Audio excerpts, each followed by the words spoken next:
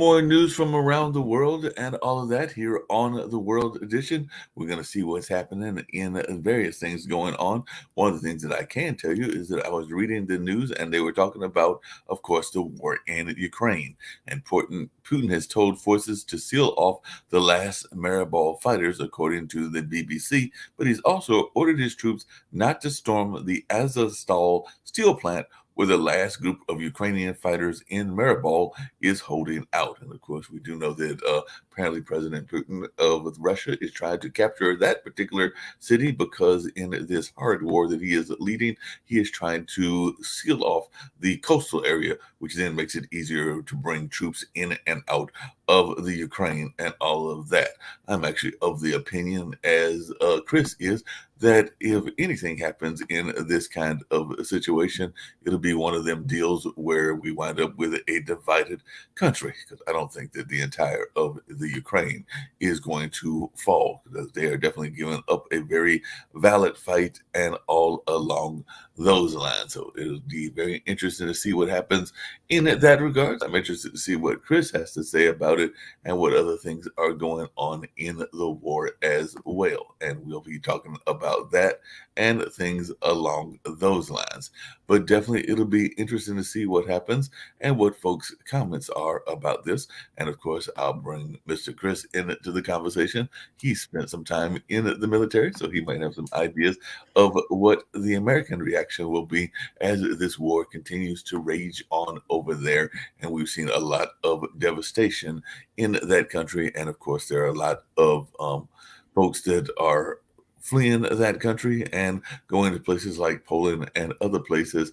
And eventually, whenever this is settled, they will either come back to a unified Ukraine or a divided Ukraine and all along those lines. But I do know that Chris has said that there is a significant date coming up very shortly. And of course, we're interested to find out why that date is significant. It apparently has something to do with the Orthodox or one of the Orthodox religions that is out there and all along those lines. And I've also heard people talking about the May date, which would be a celebration of Russia's victory with the Nazis way back when and all of that. But that date wouldn't be till May. And who knows, they might even be looking at some of those other historical May dates as well, including the dates that have to do with workers' rights and all along those lines. But Chris, how are you doing on this particular day and all of that? Hope that you're doing well. And what are some of the things that you're observing on this whole thing that is going on? And it doesn't look like it has an end in sight. So I'm thinking that even though certain parties would like to have an end in sight, it doesn't look like, as Sasha loves to put it, like these Ukrainians are going to go quietly in the night. So that being said, it could be Russia's version of Vietnam. But I'd love to know your take on this and whether we're going to see any end anytime soon, and whether even the possibility of chemical weapons being actually more developed and more thrown into the fight and all of that, because we have heard reports that chemical weapons are being used. And of course, there's always that great fear that this could lead to a nuclear war that I know a lot of the world is concerned about as well. But what is your take? Going back to the date area, Mark. So April 24th is Eastern Orthodox Easter, which is I think it's based on the Gregorian calendar. So it's not the same date as the the Western the Western Orthodox or Roman Catholic has it. So I think what's going to happen in this weekend is they're trying to push really hard because they know they only have one day to either take Mariupol or leave it into siege. But nothing is going to happen this weekend, either Saturday or Sunday, that in my estimation, and especially on Sunday. I think Ukraine and Russia both celebrate Eastern Orthodox Easter. I doubt very much if Putin were to have a massive offensive on this weekend, anytime during this weekend, I think he is knowing that he is facing a very, very strong backlash from his population, to the point where I think if he were to conduct killing operations, especially on such a holy day as April 24th, I think he would be talking about a possible coup, because I think that people would have enough. I think if you start killing people on a holy day, I think Putin would go past that red line that people are setting at this point in time, and I think they would usher him out of office. I think it would take very little time. It would be like a Russian Spring. They all of a sudden they would just have a lot of issues having to do with that, and rightly so. I mean, now you talk about Vietnam. So, it's interesting how you take, you can't take the whole country. So you take a piece of it, right? And you hope that you can keep that piece free, or in Putin's case, occupied, while the other side just kind of does their own thing. They tried that in Germany, Eastern and West Germany. They tried it in East and West Berlin. It lasted for, about 29 years. And then all of a sudden, I shouldn't say that, it lasted more than that, probably 40 years, but 20 years as a walled city. And then all of a sudden, almost 30 years. And then bang, all of a sudden it was reunited. So I think what's going to happen is that the European memory is very long. And there was a news article, a media report today, and it had a Ukrainian. And the Ukrainian said, we will remember this for a long time. A long time. And they will. I mean, their children and grandchildren are going to hear by mouth about the Russians and what they did. And the Russians will be hated more than they were before this invasion happened. So that's what's happening in that area. Now, Finland and Sweden, interesting, Yes. they want to become part of NATO.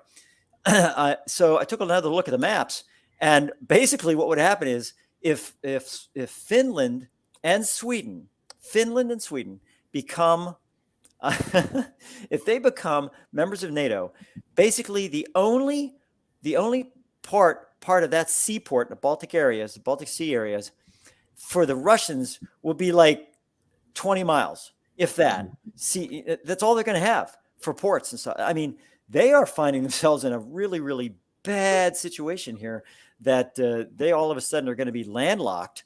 And like I said yesterday, once you get Russia landlocked, where all they have is northern ports that are iced in, so many months out of the year, then you can just, and this is a heck of a way to phrase this, and I would not want this to happen, but you could literally starve them out. You could literally sit there and say, guess what? You're not putting any ships. If you attempt in any way, shape, or form to go out to the open seas, we're going to take your ships, and we are going to put them into port, and we're going to take your sailors, and we're going to jail them. And that's going to be it. You will neither, we're going to blockade your country. You will neither get, nor will you be able to give anything from the sea. 72% of the world is water. If they don't have any seafaring capability, they're going to starve. You're literally going to starve their country, their entire country. And I'm not saying that a blockade is necessary, or particularly diplomatically, an option at this point in time. But if they start going like into Finland or something like that, I wouldn't fight them on the ground. I'd sit there and I'd fight them in the sea. We have a lot of seafaring capabilities. I did Navy targets for a while, Soviet Navy targets. And so I understand the Navy's capabilities. And let me tell you something, the Navy, we have a very, very, very strong Navy, very strong. And they can do a lot of sea interdiction in a lot of areas. We have carrier battle groups. We have submarines area out there. We have attack submarines. They can put this whole country in a freaking just a standstill. So, Sweden and Finland are helping the issue. I'm hoping that they get into NATO very quickly, and that will definitely help the situation. But as far as Vietnam or borders or anything like that, Mark, you know as well as I do, once Putin gets to a point where he can have a victory in any way, shape, or form, and if he takes Mariupol, again, that's part of the coastal area. If he takes Mariupol, and I say if, not when, if he takes Mariupol, that's going to be a massive victory on his part, and I'll bet you any money he's going to stop at that point, and he's going to say, "Hey, we're victorious. We took what we wanted. We're going to put our Russian troops in there right next to Ukraine, and the rest of Ukraine, hey, good luck rebuilding. Because it's going to cost them probably $600-700 billion to rebuild that country." And Well, I hope the U.S. and NATO allies can give them a lot of assistance in that area. Yeah, hopefully they will, and we're going to bring Sasha into the story as well. I see that he popped in also, and of course he is from that area of the world, the Ukraine, and of course is a masterful chess player and a financial advisor as well, and does a lot of conversations around investment and all of that. So, what are your thoughts? Because definitely, apparently, that's what we were talking about. Um, Mr. Putin has said that he is considering it looks like this a victory with Maripol, even though there is that steel plant that is holding out, and there is apparently a whole lot of people in that steel plant. But other than that, he is claiming that he has captured that particular seaport area and all along those lines. And it's interesting that maybe that's what they will use as a victory, because that was over there near Crimea and all of that. So maybe he's just going to claim that as a victory and not go after the rest of Ukraine. And this could end possibly, Chris was speculating, maybe around the Greek Orthodox holiday, or their version of Easter that is coming up in about 3 days and all of that. Or maybe he's going to hold out until May. And of course, there have been all kinds of disinformation, which of course you would expect during a war, but apparently some of it has involved, unfortunately, some reports from some of the camps that have past presidents like Mr. Trump and all of that, because there was this whole rumor that 4.8 million Ukrainian children had been displaced amid the Russian invasion, but there was some online claims that this attack was a special operation to help save their lives. And that has been out there, going out there for a while. And there have been unnamed Mar-a-Lago sources that claim that Putin told former President Donald Trump about this rescue effort in a phone call. But there, of course, a lot of these reports are being discredited, and they probably should rightfully be Yeah. discredited and all of that. But that has been out there. And I'm thinking that this is another case of somebody trying to color the news in a way, just kind of just like they tried to color some of the conversation around Ukraine's invade connection to the whole Nazi population and all along those lines. But I was wondering if you had been hearing about these false claims about a Ukrainian children being rescued by the Russians and all of that, even though the UN has said nearly 2/3 of the Ukraine's children have fled their homes. So I'd love to hear your thoughts about how we're doing in the war and how things are going as you are watching and paying even closer attention than me and Chris are. Okay, lately, the more and more information is coming about all the atrocities and incredible crimes that never ever been performed in the history of wars by any country on earth. For example, they're taking bodies of killed people, and they are putting mines into the body, because when they would leave the place and Ukrainians would come in, and of course they would have to take care of the dead people, and there would be explosions which will maim people who are trying to take care of this deceased people. This is incredible. It's nobody else in the history of the world, whether it's a Nazis, or Germans, or Japanese, or just the Bin Laden with his Al Qaeda, or anybody. It's never, ever been done. So why, in this case, would you care about what Putin believes is a victory, whether it's Mariupol or whether it's some other place? They are all, they're not human beings. They're cockroaches that are threatening all the world. They have to be destroyed right now, and Ukrainians are doing 1,000% to do exactly that, and they need a little bit help from the West. Give it all help.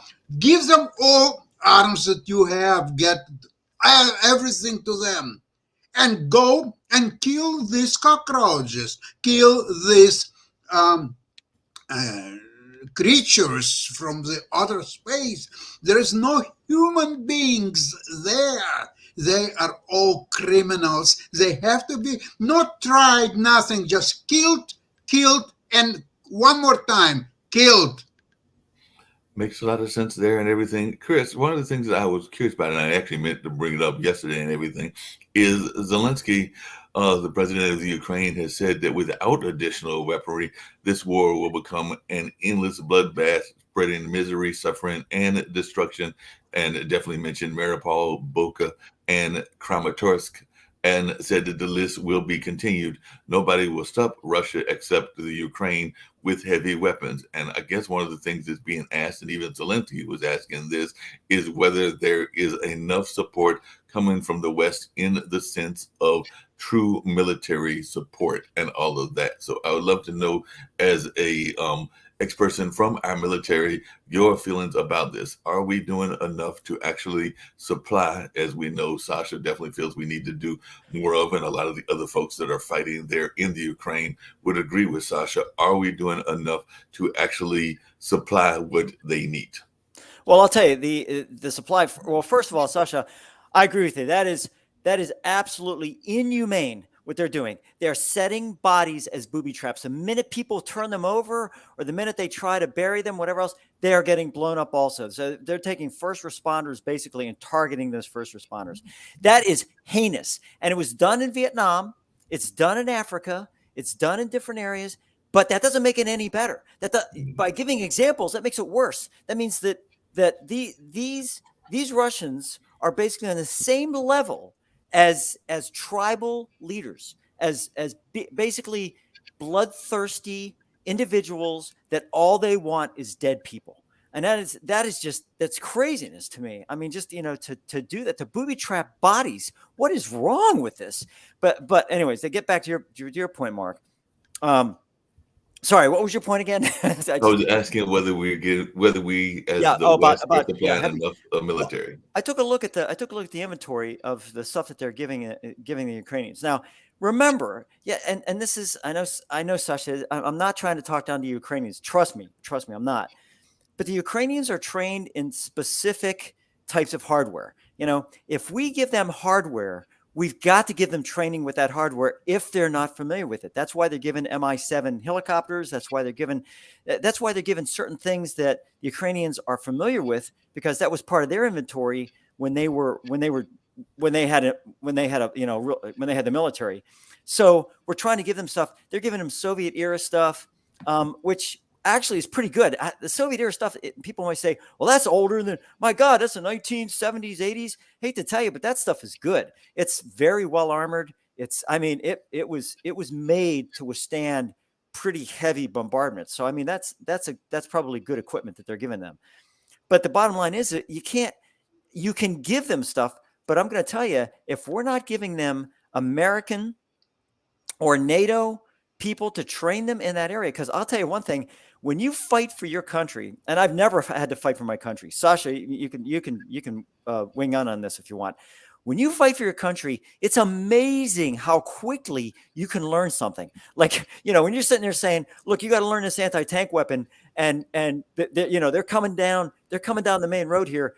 It will take you about 30 seconds to learn that anti-tank weapon, because all of a sudden you got to learn that thing like right now, and you got to fire it right now. So the training aspect is going to be very quick turnover as to what these people need to understand and do. And exactly that is happening, exactly what you say, because now a lot of Ukrainians are going to, they're being taken to Poland, to UK and US, and they are not only they're learning how to use it, they are becoming trainers for Ukrainians when they're coming back.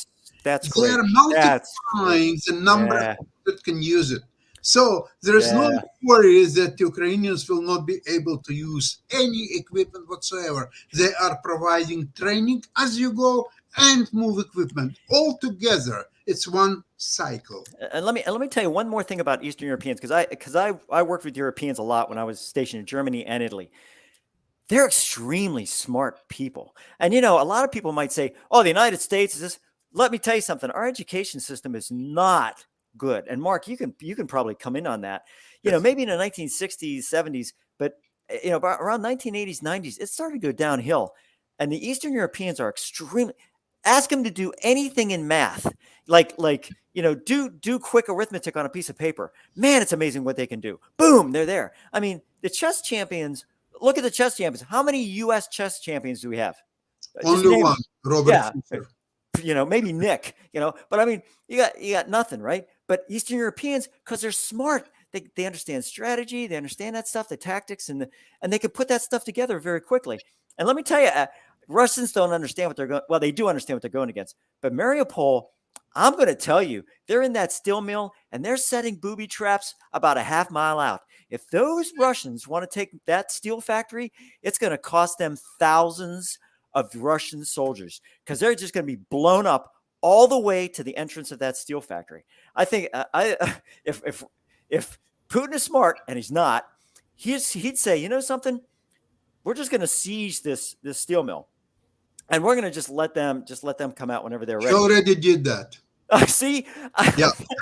So what happened? So what happened, Sasha? Did they come out with their hands raised? I doubt it. They didn't come out with their hands. No. They just leave it alone and just move somewhere else. Yeah, But exactly. they will not That's it. touch it. So that's what's going on. So Mark, I think, and Sasha would agree with me, is that I think this weekend is going to be ceasefire. I'm telling you, I told Sasha, I don't know whether you were listening, but if Putin attacks or does any bloodshed on Eastern Orthodox Easter on the 24th, I'm telling you that there are going to be people outside the freaking Kremlin, and there's going to be more than the police can handle, and they're going to be wanting this guy's head. You cannot have bloodshed on one of the holiest days of the Eastern Orthodox religion. It's just and Ukraine and Russia both celebrate that. So it's going to be very interesting how this happens this weekend. And that's why I think he's pushing really hard today and tomorrow. He wants to get this thing done by Friday, close of business. Like, okay, we're going to take this steel factory by close of business. And like you said, Sasha, he's not very smart, but I think he's going to sit back and go, screw this. We're going to leave the steel factory alone. Ukraine, that's yours. We're going to move to other places. But listen, Steve, it just doesn't make sense. So if they want to have all this borderline ashore the Azov Sea, and they take Mariupol, supposedly, and the steel work is still there, and there are thousands, not just any fighters. There is Azov battalions, people that were claiming that they are fascists and they're Nazis, they're this and that. So how you can claim anything whatsoever unless you're a crazy idiot? How you can claim anything when you have a huge plant which is impossible to penetrate?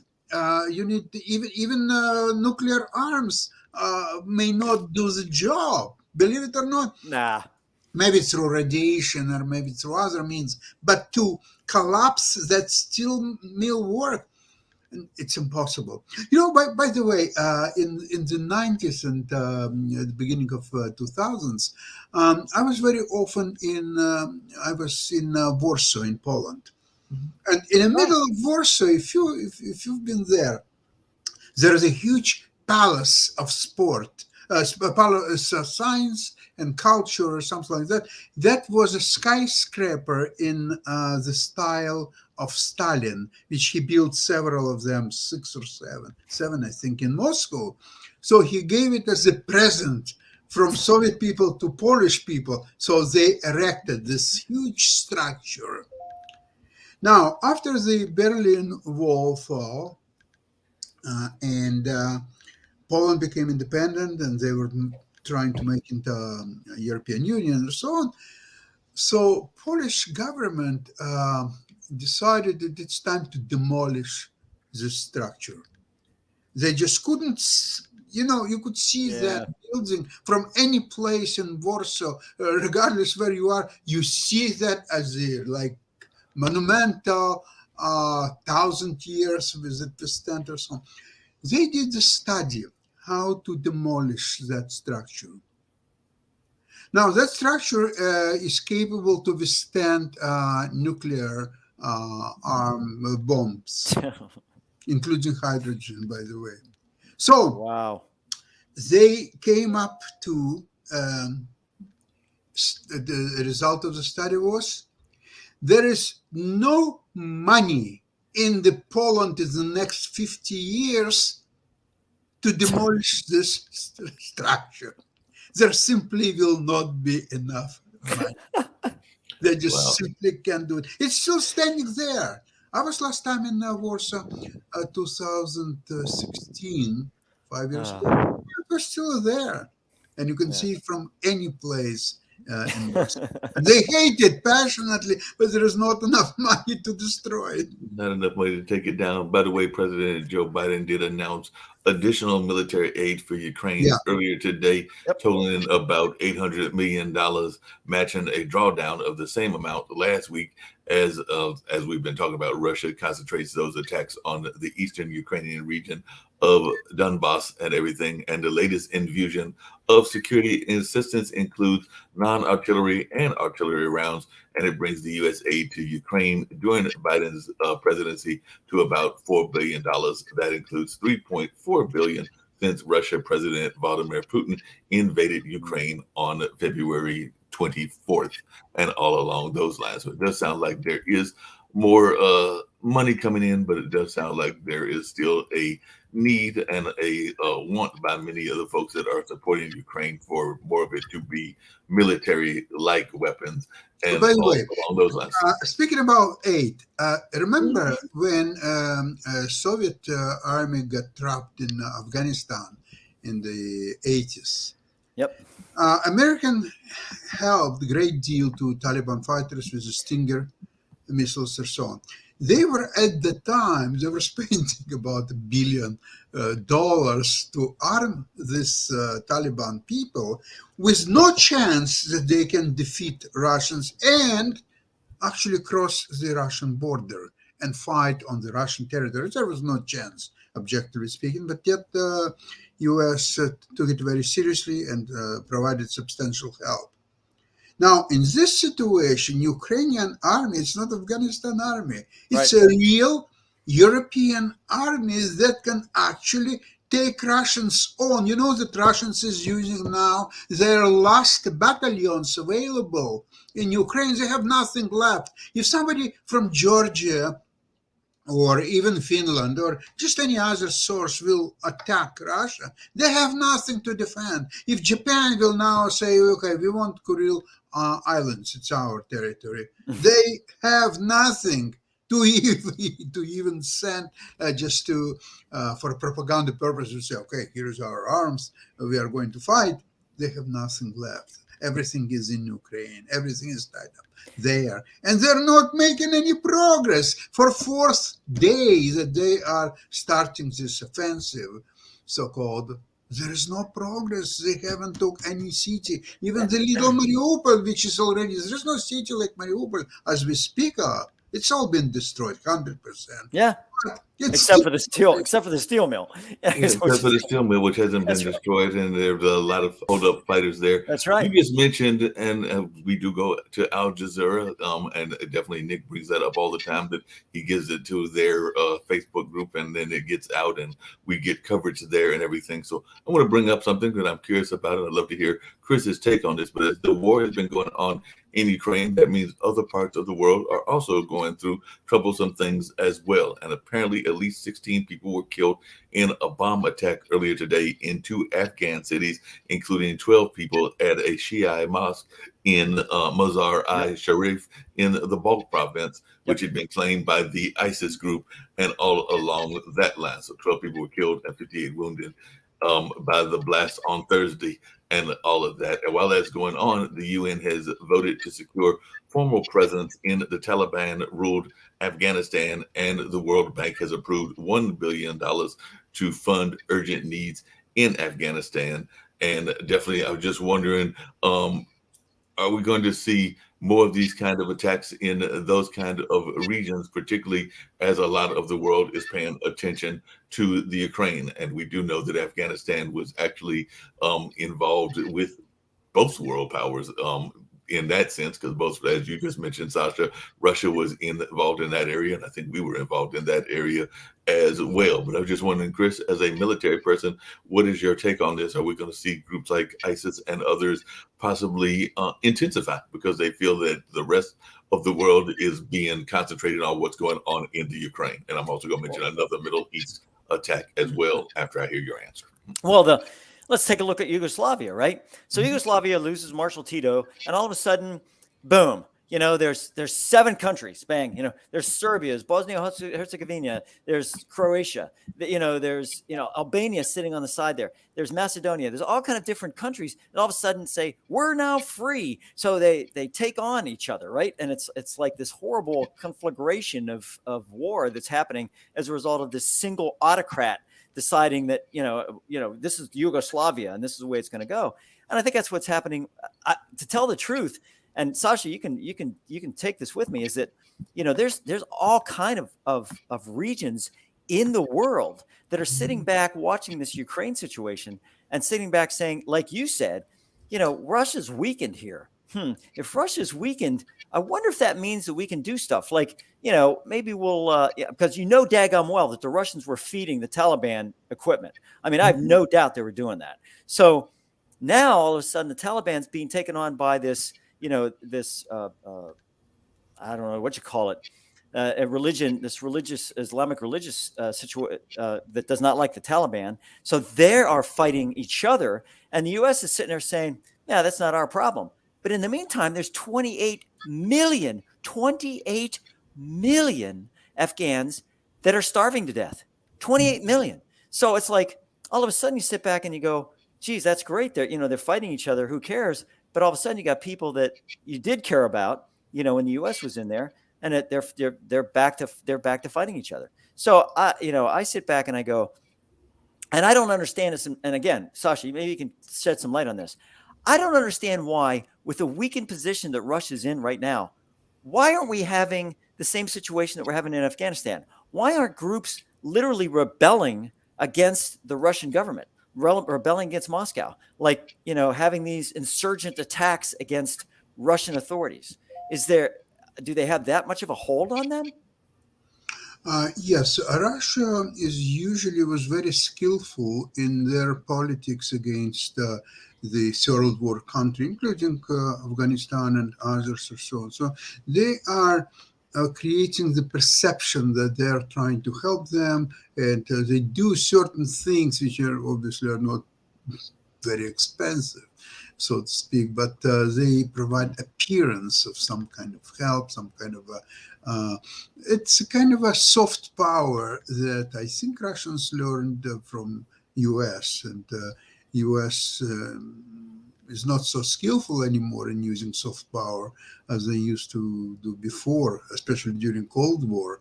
US was very successful in the policy of soft power. Now they're not so, unfortunately. See the big difference between the dissolution of Soviet Union and Yugoslavia lies in the fact that in Soviet Union there was one dominant power, which is Russia, Russian Republic. Even during the time of Soviet Union, it was Russian Republic, which covered majority of the space, actually. So when it was dissolution, then Russian Republic was much bigger than all other republics put together, including Ukraine and Baltic states and Asian republics and Caucasus republics, Armenia, Georgia, and Azerbaijan. So the perception was, especially later on when Russia emerged as the only nuclear power in this area. So obviously all these republics were scared of Russians and never envisioned at some point to attack Russia or do anything about it or so on. So this was a natural hegemon in that area. In Yugoslavia, the situation was different. There were two dominant republics, Serbia and Croatia, which hated each other. But although Serbia was, at least because of the capital was in Belgrade, and it was probably somewhat perceived as more advanced in some ways than Croatia, but even that was not obvious and it was not 100%. So there was a great animosity between the two strongest and biggest republics, Serbia and Croatia, and all others were taking side from time to time with one or another one. And then they were attacking each other all the time. And there were atrocities, actually quite significant, as we all know. So, but situation was very different from the Soviet Union. That's why there were a lot of wars, struggles, atrocities, and well, thank God it's all over by now. But that was the big difference, as I said, between the dissolution of Soviet Union and Yugoslavia. That makes a lot of sense and Yeah. everything. We know a lot of times when people start thinking about the possibility of a nuclear war and World War III and all of that. If we study the first two world wars, there was definitely a series of conflicts that were going on. Definitely there was what was happening with in the last one, what was happening with the Nazis, but there was also what was happening with Japan, and there were other conflicts that were going on as well. And I think we can say the same thing about the First World War as well. And apparently we're in another situation like that because another part of the world has heated up tensions, even though they've been fighting forever. And it seems like there will be no solution anytime in the immediate future, that being Palestine. And apparently, Palestinian militants fired several rockets into southern Israel from the Gaza Strip early Thursday, and Israel aircrafts hit military targets in Gaza as part of an escalation that was eerily similar to the run up to last year's Israel Gaza war. So they're saying that the cross border strikes came against the backdrop of Israeli Palestinian tensions that have been boiling in Jerusalem. And definitely on this past Wednesday, hundreds of flag waving Israeli ultra nationalists marched toward predominantly Palestinian areas around Jerusalem's old city. So I guess the question I've got for all of you is that, are we going to see even more possibility of a big world war with these other military conflicts coming up and everything? Because it does sound like we could be heading toward another war situation there in Israel. And we do know Israel has great military presence, but there also has a lot of people in the sense of the Palestinians that are willing to stand up for their rights in certain kind of ways and all of that. So I'm wondering, are we going to see these escalations throughout the world, including in Africa, including there in the Middle East? Chris, what say you? Well, first of all, Israel is a nuclear power. It Mhm. does have tactical nuclear weapons. The only time that they would ever use something like that is if Tel Aviv or Jerusalem was going to be overrun. I think if that was a situation, they would use them. But other than that, I don't think they're going to use those types of weapons. But Palestine, you know, Palestinians uh, have been fighting for their country, for what they feel is their country, for decades. Right. And it's something that, when you take a look at someplace like Lebanon, right? Lebanon was beautiful. Lebanon was called the Paris to the Middle East. It was a gorgeous and absolutely gorgeous country. I mean, and then Syria decided, that they were having problems with Lebanon, that the situation was that they didn't like Israelis in there. So Israelis started, and by the time it was all done, Lebanon is it's a mess. It's just a mess. So I think what's happening is that Palestine, these type of conflicts, Mark, have been going on and will go on forever. I mean, I hate to say forever, but it's going to be forever. You're going to have these chords, and you're going to have people shaking hands and whatever else, and you're going to have people throwing rockets at each other. I mean, it's going to be a situation where the Palestinians, again, the long memory thing, right? So you have the Palestinians believe the Israelis stole their country, that they stole it, that they took it, and that was it. The Israelis believed that they had a partition in 1948. They had a country, and they were attacked by Arabs, and they took whatever country they could as a result of them defeating those Arabs. So now all of a sudden you have these two different situations where you have countries that they have these border disputes, and that's usually what happens. I mean, you have a situation in Ukraine and Russia where Russia said, "Hey, look, we own, um, you know, look, we got to take Crimea. This is Crimea. This is ours." It was a border dispute. This is all about border disputes, and it's like they just want more land. They want more hegemony. They want more control. They want more buffer. They want more. They just want more land. You get rid of that land, all of a sudden, there's no, who's good. What are they going to argue about? Yeah, So that's it's a. very I true and mean, everything. I want to hear what Sasha's Well, the got to say thing about. is, yeah, Chris, I want to add something. go, man. You're absolutely right that you went to history of 1948 and what's happened since then at that time. But I want to tell you something that on divided territory, two states were supposed to take place. One is Israel, one is That's Palestine. right. Right? That's right. So Israel built the state. When you are coming to, I was in Israel last time in 2019, right before the COVID. So I was there. It's a modern country.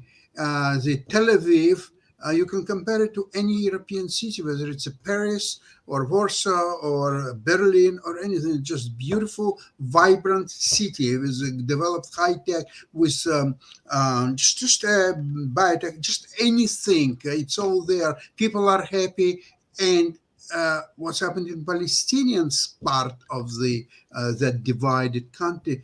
Nothing. They didn't build anything. Why they reach Arab states like even United Arab Emirates, like Bahrain? They're now friends with Israel. They signed all kind of treaties with That's true. Israel, and they couldn't help their brothers in Palestine to build a modern state. This is incredible. This Yeah. is atrocity where the Arabs betrayed their brothers and left them in the dust. Now, nobody is crazy enough today to challenge Israel from a military point of view, because whatever several years ago was 6 days war in 1967, today it would have been 6 hours war. Oh yeah, easy. They would just destroy, just taking apart everything around whoever would attack Israel. So that's quite obvious. Forget about even nuclear arms. They don't need that. They will just take apart anything, whatever is around there, whatever attacked them. So the Palestinians have to appeal, in my opinion, to their brothers from rich Arab countries and ask them for help and build something. They've been Right. there since 1948 to 2022, almost 100 years. They haven't built anything. So they're either unable, incapable, or what else? Right. Unwilling. Yeah. For help. That's right. You're right. Well, like I said, I'm hoping to bring in a Right on, friend of man. mine I'm hoping to bring in a friend of mine who's actually a Palestinian activist and actually knows one of the people that we talked about yesterday. But we have a friend that's from that area that is living here in Durham, and I'm hoping to bring her in at a very near time and everything, because she's actually I think involved with Nita's campaign that we've talked about in the past and all. But there were some people that might make a parallel, and you may not agree with this, Sasha, that with what happened in South Africa and what happens in Israel, in the sense that there are definitely some beautiful cities that were built in South Africa under apartheid, but that does not mean that apartheid was right. And that was what some people might argue about some of the Zionist nature of parts of Israel. I'm not saying that all of Israel has that kind of mentality, but there are some in their politics that do and have some very anti-Palestine views and all along those lines. So like I said, I will bring my friend in to give a better answer than what I'm giving, but I will definitely say. I want to mention just one more thing, that in fact, in Israel, there is a huge Palestinian population, or Arab population, if you want to call. They are citizens of Israel. They are working there, and they have a very good relationship with their peers, the Jewish people, citizens of Israel who are working there. So, in fact, they have the same rights what have Israeli citizens, Jewish citizens, or whatever. So, if they wanted to exist in peace and become citizens of Israel and use that to their advantage and have a good jobs or so on, it's another possibility of them, if they're unable to create their own state. Now, if they are able, which is very doubtful, because in almost 100 years they failed to do so. But maybe I'm wrong, maybe they can do it. So just go and do it. or join the prosperous, peaceful country that you will have all the rights, you will have possibility to educate your children, to have good housing, good jobs. That's another option Yeah. available. Like I said, I'll bring in some people that might have a different view and all of that, but I'm not Okay. going to take that on right now and everything. I am going to bring up one of your favorite countries, Chris, and everything. And then, of course, I do want to hear from Steve as we get ready to wind down. And I do have another question about something that is more of a U.S. issue than a world issue and all of that. But really quickly, what is your take on the your favorite place, the French presidential election and the runoffs? Because apparently there is a runoff about That's to right. take There's a place over runoff. Yep. there, and they're having a big TV presidential debate just like we have here and everything. So is Macron face any danger from Le Pen, and if so, why? Oh yeah. Yes, he does. Let me tell you something. Le Pen has a very, very strong following.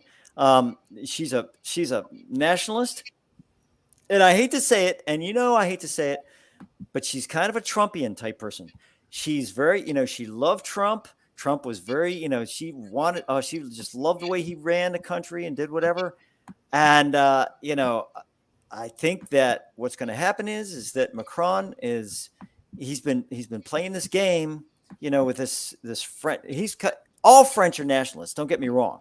They're all nationalists. They're all about France. It's all about France. It's all about France, France, France. But this Le Pen is very much, I, I get scared about people like this because when she takes charge, it could run one of two ways. She could isolate France, which to tell the truth, I don't really care about. If she isolates France, that's not going to hurt the U.S. Right. The other thing is going to be that she's going to actively participate in unbiased trade, arms and otherwise, with any country that wants it.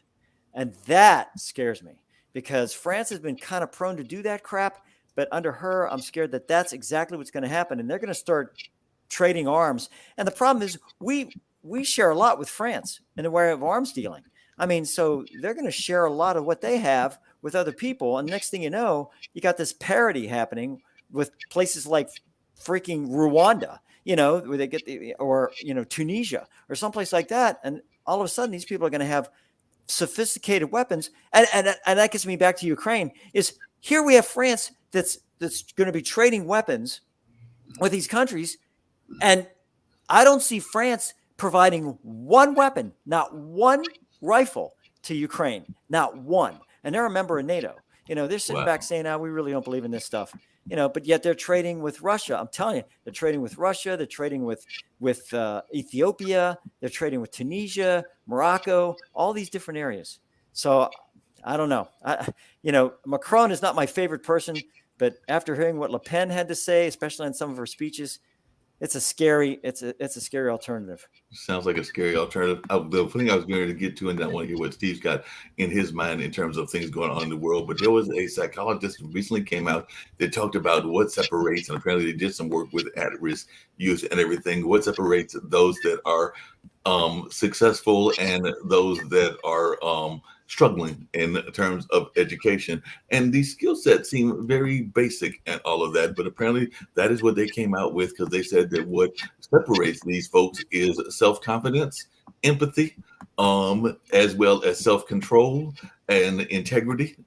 Integrity was one of them, curiosity, and they also said perseverance, and the last one was optimism. So those were the 7 skills that they separated folks from being successful and those from not being successful, and all along those lines. Well, It seems to me that Chris, there would be much more than those 7 skills that you would need, and there would be some societal differences as well. So this seemed like a very shallow way of analysis, but I'd love to hear y'all take on it because when I was reading that list, I'm going like, people that have those things that are, in poor areas, and I don't know that they're all times going to be successful. Some of them may be, some of them may not be, but this particular person, Michelle Barber, has come out with this whole study saying that these are the 7 skills that you need and all of that, and they seem very basic to me. But I'd love to hear your take. Is one that's actually worked with at-risk use, Chris, and I think maybe even Steve has worked with some. But I'd love to hear your take on this. I'll tell you what it is. It's belonging. I was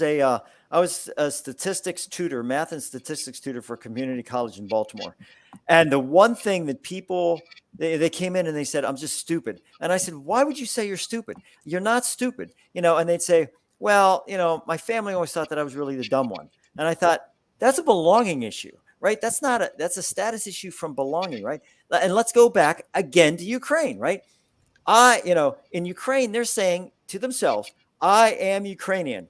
I belong to a group called Ukrainians. And this is what our goal is, and all of a sudden, when you have that belonging, that that means an immense, that's why the military is so close knit, is because we have a belonging. We have people that have our same experiences and those types of things. That's why chess masters have a belonging. Believe it or not, I mean, Sasha will say it. Hey, chess masters have have a skill set. They have experience.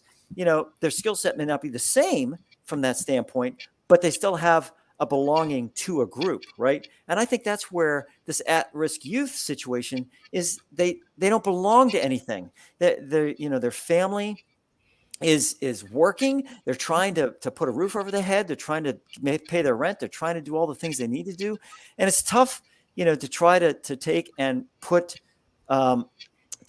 attention to your kid. You try, but you got to put that in with everything else. So it's really a difficult situation. That belonging thing is very important in the Maslow hierarchy of needs. It's belonging. Belonging is there.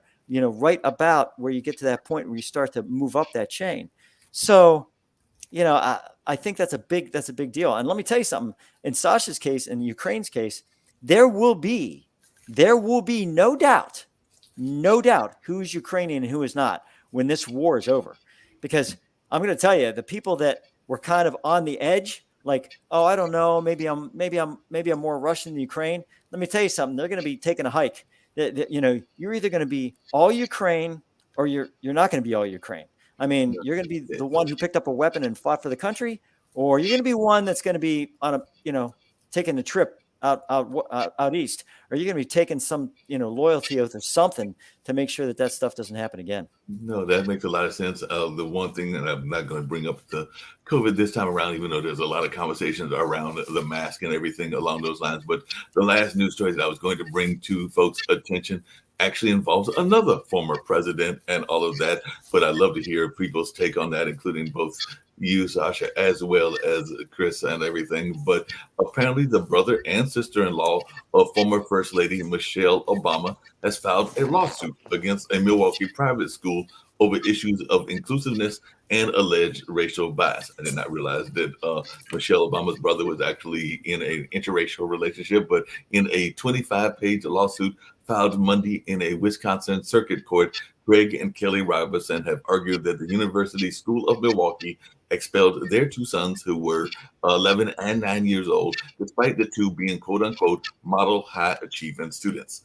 In the lawsuit, the Robinsons say USM terminated their son's enrollment in 2021 following concerns the couple raised about the school's treatment of its students of color.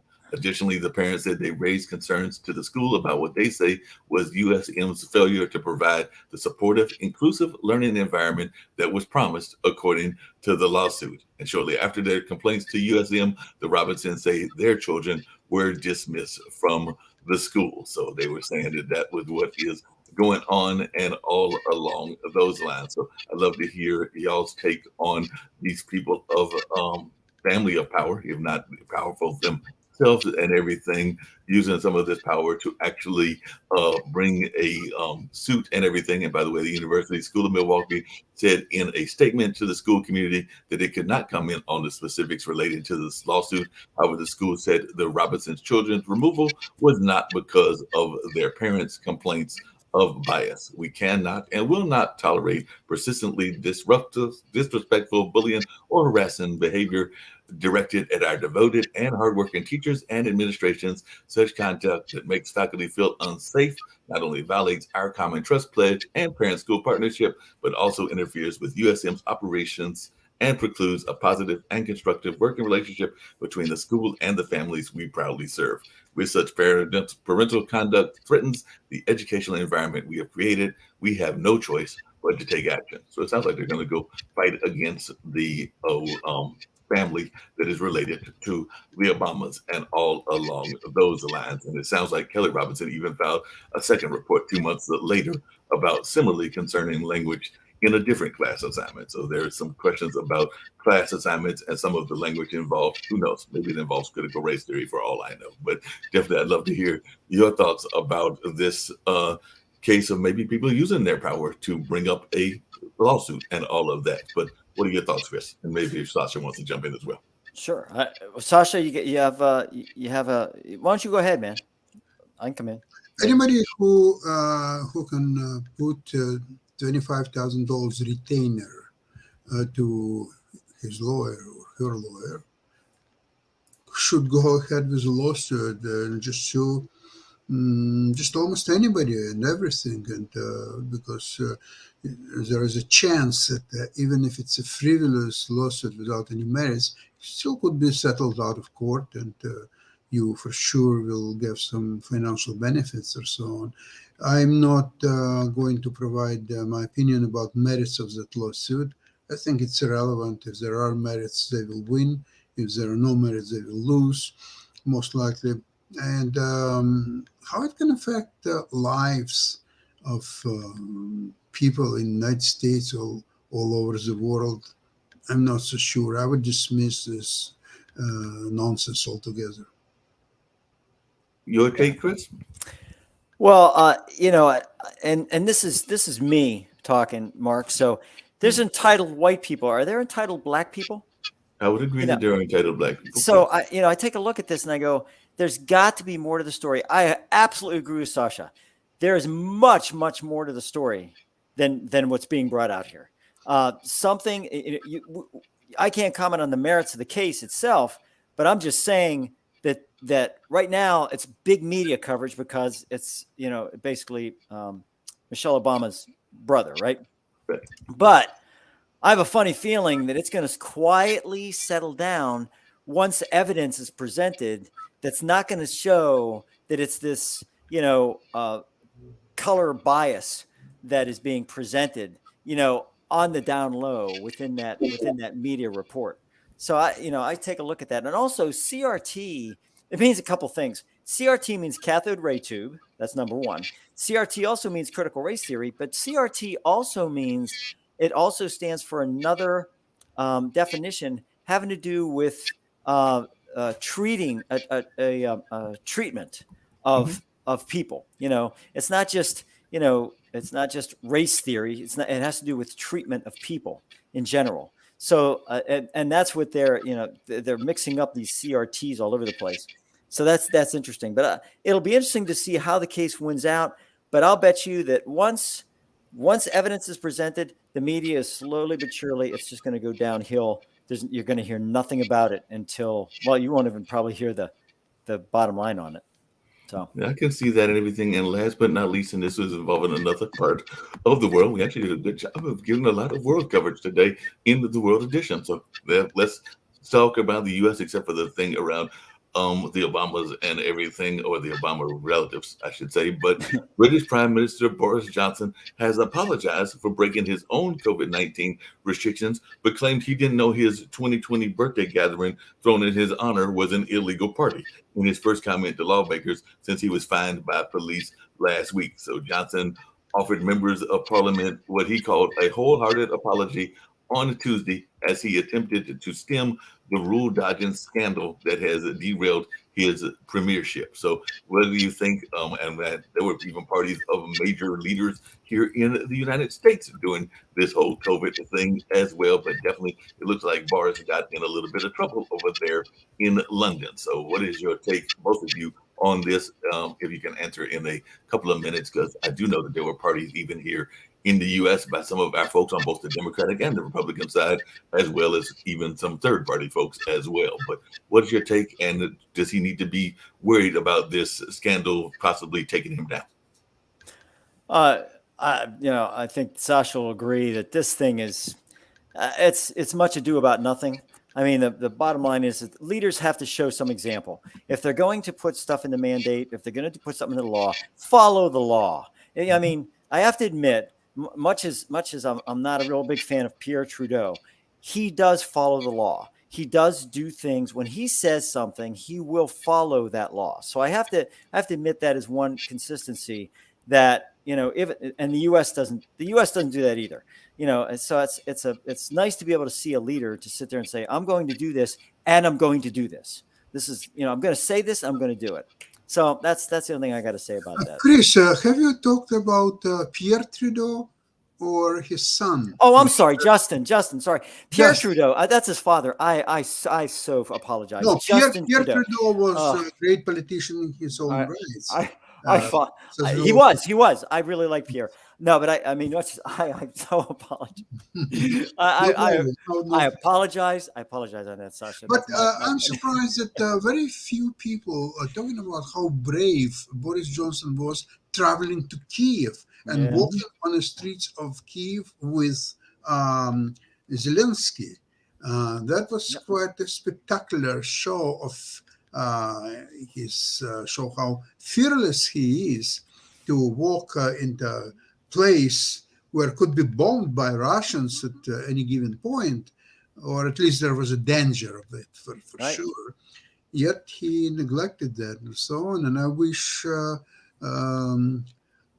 Biden would follow his example and would do the same thing, but I don't think it will happen. I hope it does. That would really straighten me out with Joe I Biden. think that's his only chance to elevate his fortunes and just show what a great leader he is. Yep. What he has to lose, really. Yep, That's seriously. true. World conversation this time, and who knows, maybe we'll do the same on Friday. But I don't know what Steve's got in mind or Nick, but neither one of them were here, so I got to run this discussion and everything. Hey, Mark. So definitely, we had more of a world conversation, and we'll be back on tomorrow with more of an intense and wonderful conversation about the Ukraine and other parts. So we're going to watch these people rushing around the world back as they used to do before the pandemic and everything, and hopefully as they're starting to do more of now and all of that. And we'll be back tomorrow.